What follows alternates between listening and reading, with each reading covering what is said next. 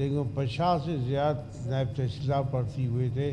آپ بھی اس کا مشاہدہ کر دیں کہ کسی ایک سے ایک ٹیلی تک نہیں لیا گیا, سارے صاف ستھرا ہوئے ہیں.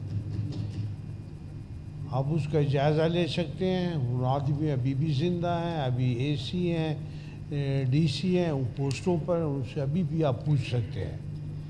دوسری بات, اسپیکر صاحب دیکھیں ابھی پٹواریوں کی پوسٹیں بھی پبلک سروس کے لوگ گئے ہیں, ابھی ہائی کورٹ میں ریٹ کیا, ہائی کورٹ نے اسٹے کیا ہے.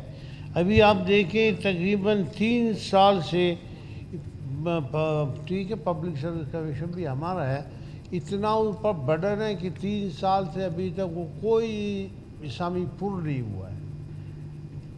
نہ تحصیلدار ہوا ہے, نہ نائب تحصیلدار ہوا ہے, نہ پٹواری ہوا ہے. ابھی ہمارے تقریباً 16 تحصیلدار کو ایکٹنگ چارج پر, اس دن میں ایسا جیڈی کیا بھائی ہمارے تحصیلداروں کو آپ لوگ اے سی کیوں لگائے, بولتے ہمارے ساتھ شارٹیج ہے. اے سی کے لیے آدمی نہیں, ہم مجبوراً اس کو لگا رہے ہیں.